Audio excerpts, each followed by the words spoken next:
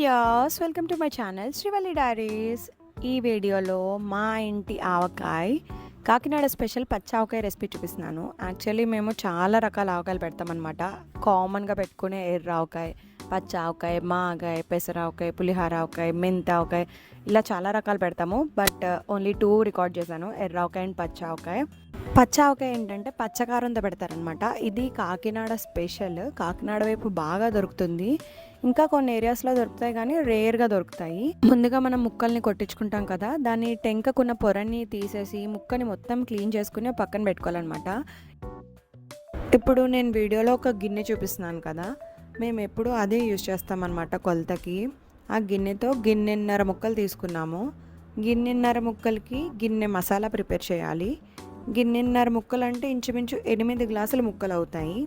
దానికి గిన్నె మసాలా ప్రిపేర్ చేసుకోవాలి కదా. ఇప్పుడు ఆ గిన్నెలో 2 గ్లాసులు పచ్చకారం, 4 గ్లాసులు ఆవా వేసుకోవాలి. మీలో ఎవరికైనా వీడియో చూసాక కూడా అర్థం కాకపోతే, నేను చెప్పే విధానంలో కూడా మీకు అర్థం కాకపోతే డిస్క్రిప్షన్ బాక్స్లో మొత్తం డీటెయిల్డ్గా కొలతలు ఇస్తాను, అదొకసారి చెక్ చేయండి. ఇప్పుడు 2 గ్లాసులు పచ్చకారానికి 4 గ్లాసులు ఆవ వేస్తున్నాం అనమాట అదే గిన్నెలో. ఇది ఉప్పు, దీన్ని ఊరగాయ ఉప్పు అంటారనమాట. మేము ఎప్పుడు ఆవకాయలకి ఊరగాయ ఉప్పే వాడతాము, కానీ దీంట్లో గడ్డలు ఉంటాయి కాబట్టి మ్యాష్ చేసుకోవాలి, లేకపోతే ఆవకాయ కలిపేసాక గడ్డలతో పాటు వెళ్ళిపోతే ఉప్పు ఎక్కువ అయిపోతుంది. ఉప్పు కొలత ఎంతంటే 1:30 అనమాట, అంటే 1/3/4 గ్లాస్ ఉప్పు, అది కూడా గిన్నెలో వేసేసుకోవాలి. మొత్తం ఆ గిన్నె మసాలా ప్రిపేర్ అయిందనమాట, అంటే గిన్నెన్నర ముక్కలకి గిన్నె మసాలా.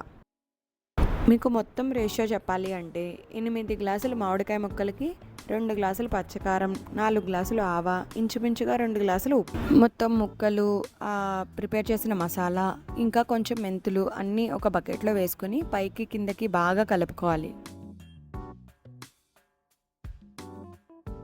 మొత్తం ముక్కలు మసాలా బాగా మిక్స్ అయ్యేలా కలుపుకున్నాక ఇప్పుడు అందులో ఆయిల్ వేసుకోవాలి. మేము యూజ్ చేసేది ఏంటంటే నువ్వుల నూనె అనమాట. ఇది లోకల్గా షాప్లోనే కొన్నాము. మా మావయ్య గారు చిన్నప్పటి నుండి అదే షాప్లో కొంటున్నారు, సో ఇప్పటికీ అదే షాప్లో కొంటామన్నమాట నువ్వుల నూనె కూడా వేసుకొని మొత్తం పైకి కిందకి బాగా మిక్స్ చేసుకోవాలి. మనం మిక్స్ చేసుకున్నాక మొత్తం ఫ్లాట్ చేయాలన్నమాట. ఫ్లాట్ చేసినప్పుడు ఆయిల్ పైకి తేలాలి. ఏంటి ఆవకాయలో ఎంత ఆయిలా అంటారు, కానీ ఆయిల్ లేకపోతే ఆవకాయ పాడైపోతుంది. ఎప్పుడు ముక్కలు మునిగి ఉండాలన్నమాట ఆయిల్లో. ఇలా కలుపుకున్నాక బకెట్ మీద మూత పెట్టేసి ఒక 3 డేస్ పక్కన ఉంచేయాలన్నమాట. 3 డేస్ తర్వాత మళ్ళీ దాన్ని తీసి పైకి కిందకి బాగా కలుపుకొని వెల్లుల్లిపాయ రొబ్బలు యాడ్ చేసుకుంటే పచ్చి ఆవకాయ రెడీ అయిపోతుంది.